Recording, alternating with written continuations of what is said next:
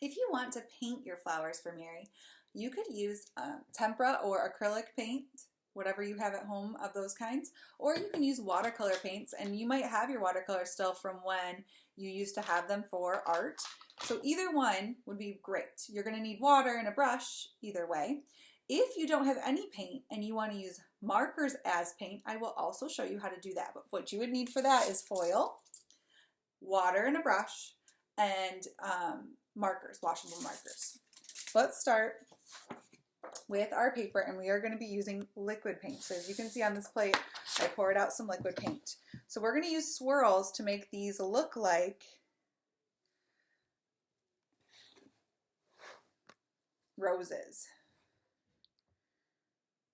So I'm going to take my brush, and this time, since I'm using this kind of paint, I do not need to get it wet first, because this is acrylic or tempera paint is already a liquid base, so we're good with that. And we're going to make a nice spiral on our page. You want your spiral to stay close together, so that way it really does look like a flower.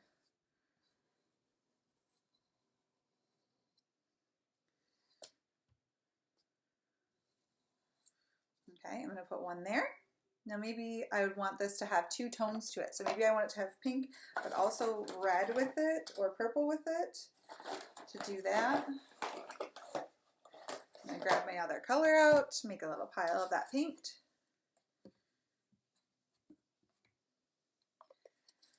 I'm going to take my brush and I'm going to make it so that way it has half purple on the top of it and then half pink.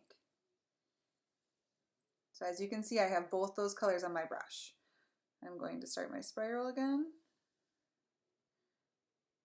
Make sure I'm dragging my brush going in the same direction, so that way those colors don't necessarily have to mix. They'll start to mix on my brush, which is good. The purple I'm keeping on the inside, the pink I'm keeping on the outside the whole time.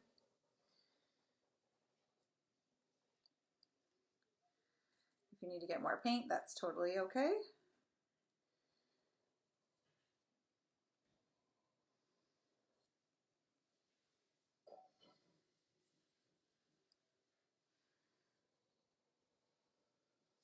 And then we end our spiral together like that. So I'm going to continue to make a couple more spirals that are close together here.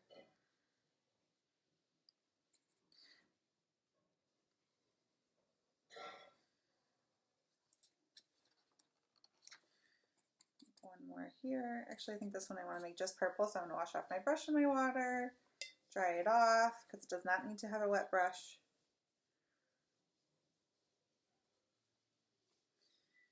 And it's okay if they're kind of like touching each other. We kind of want that. Okay, so now with my page, I'm going to add green. So I'm going to add the leaves to my flowers.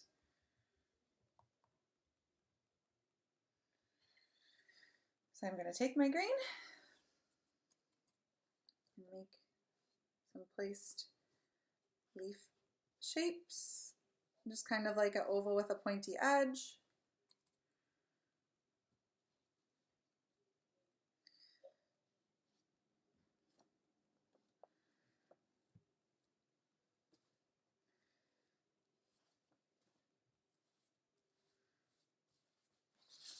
Like this. So now we have a nice little pretty picture of kind of rose looking flowers. You could decorate your background with like a blue, or you could add more flowers or more leaves to this picture. That's just one way that you can paint flowers. And you can use watercolor paint to do this as well. You just want to make sure that you are being careful and not using too much water so that your colors don't all mix together, or you want them to be a little bit more spread apart. Okay, so let's talk about another kind of way you can draw rose kind of shaped flowers, and how you can use crayon and watercolor / marker to paint them. So I'm going to start with a crayon drawing, or a pen or marker, something that's permanent, because if you use a liquid marker, or a washable marker on this right part, it will bleed. So you want to use a pen, permanent marker, or crayon. And I'm going to start by drawing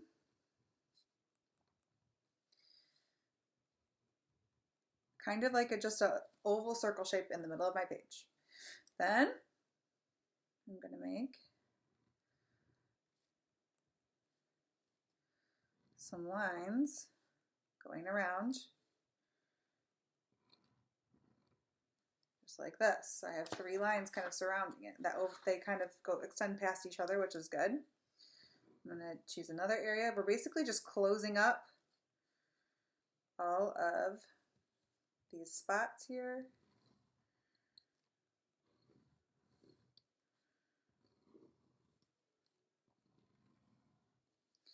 And once we get away from the center, we're just adding more curved, rounded edges to our flower until it's the size that you want it to be. Okay, we'll do that again. So we start with the circle in the center. We're making some lines, 3 lines first around it like this. And then we're going to continue those lines into kind of like curved shapes, curved arches around it.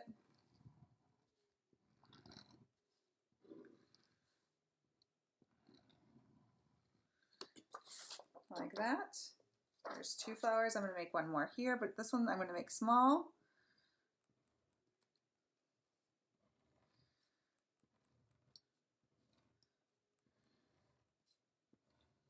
Like it's just starting to bloom, that flower. Okay, after I do that, I need to add some leaves in my picture. And if we're looking at the top of a flower, you're not really going to see a lot of stems, so you don't need to worry about that part. But my flower leaves need to be in here to kind of make the picture look more complete.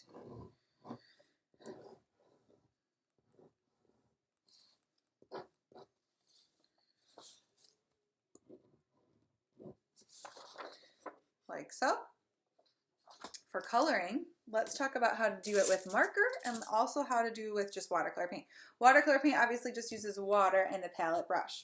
But if we are doing marker as paint, you need to have washable, you need to make sure that they say washable, they cannot be permanent markers. You need to have a little bit of aluminum foil and then water and a brush. So what I'm going to do is take whatever color I want my rose to be. Let's say we'll do red this time.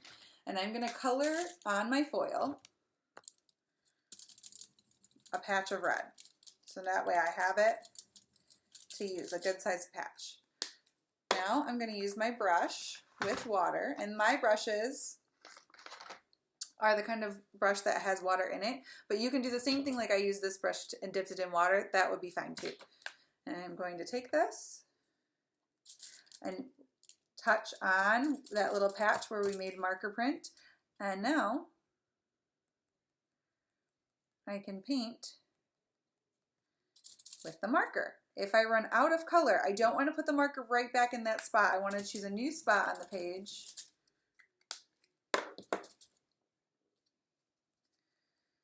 And add to it. Now, if I was going to make this look super realistic, some of you I know would really like to make your flower look real. To do that, you want to have your darker areas of your flower towards the center of the flower. Every petal, you got to think about where is it closest to the center. So this petal, it's closest to the center here.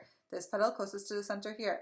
That's where it's going to be darkest. So once I get a good light base color on, I can go back with color with less water, and then that we can make dark values. So anyways, I'm going to finish coloring that with my marker and paint. Now I'm going to switch to watercolor paint because I do have that available to me. You do not have to. Remember, when we're doing things with watercolor, especially if you were in art club last week, you saw we mix colors on the top part of our container. And then we have these standard colors here, but you can make any color you really want up here.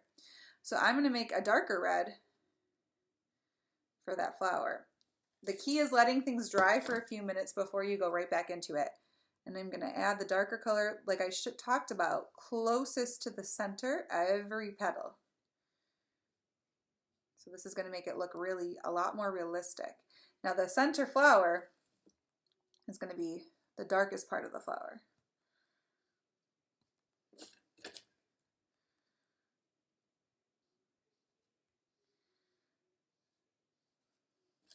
You can always pause the video when you need to take a second and look at what you're doing, or if you've got what you need, then you can stop watching.